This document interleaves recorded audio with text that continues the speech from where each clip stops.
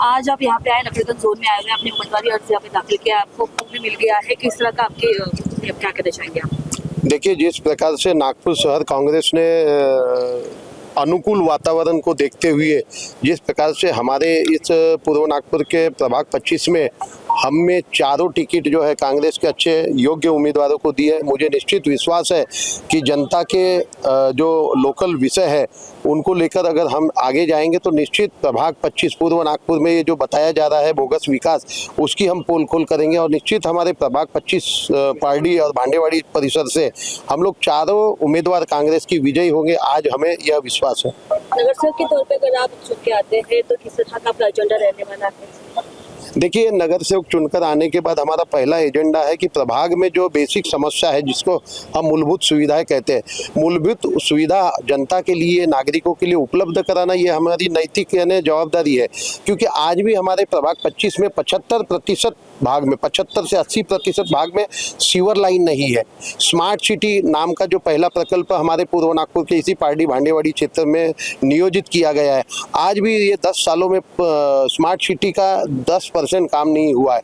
लोगों का जिनके घरों को और प्लाटों को, जमीनों को तोड़ करके उसमें से रास्ते बनाए गए हैं, वहाँ आरक्षण प्रस्तावित किए गए, ऐसे किसी भी प्रभावित परिवार को मुआवजा नहीं मिला हुआ है, उनका अन्य जगह पुनर्वसन नहीं हो पाया है। ऐसे बहुत सारे समस्या हमारे पूर्व नागपुर की प्रभाग 25 पार्टी भांडेवाड़ी में है।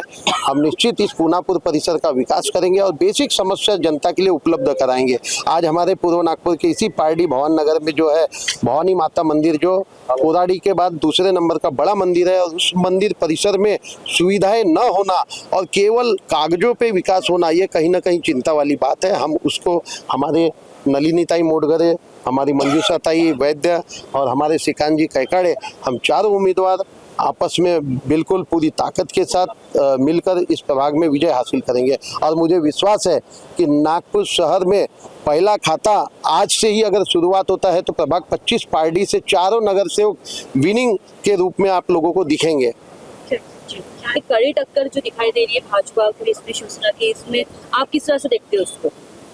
देखिए, पिछले 15 सालों से नागपुर महानगर पालिका में भाजपा की सत्ता है, भाजपा के महापौर है, लेकिन जिस प्रकार से यहाँ बड़े बड़े नेता होने के बावजूद, महानगर पालिका भाजपा की होने के बावजूद जिस प्रकार से नियोजित विकास होना था वो नहीं हुआ है। आज भी अगर नागपुर शहर में देखा जाए तो बहुत सारा ऐसा आउटर बेल्ट है जो जिसमें विकास नहीं हुआ है, जो नागपुर महानगर पालिका सीमा में आता है।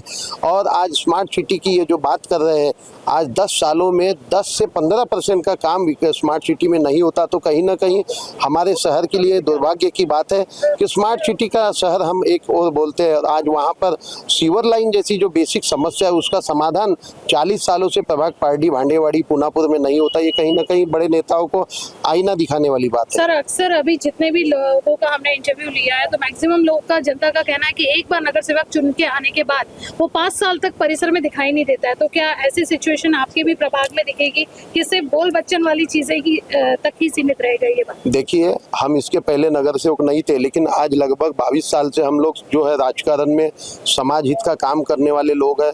आप सभी लोगों को मालूम है मेरे बारे में, गुड्डू रांगडाले यह एक कार्यकर्ता है काम करने वाला, और जो पिछले कई सालों से, चाहे कोरोना का समय हो या चाहे कोई भी संकट का समय हो, मैं और मेरी ये जो टीम है जो यहाँ अभी उम्मीदवार के रूप में है कांग्रेस की, ये टीम काम करने वाले लोग हैं। कोरोना में लोग घरों में सोए थे भाजपा के, और इससे समय में मोडगरे ताई, ये वैद्य ताई, श्रीकांत कैकाड़े और हमारे लोगों ने पार्टी में, भांडेवाड़ी में, पूनापुर में अपने प्रभाग ही नहीं तो प्रभाग के बाहर के लोगों को तक सेवा दी है।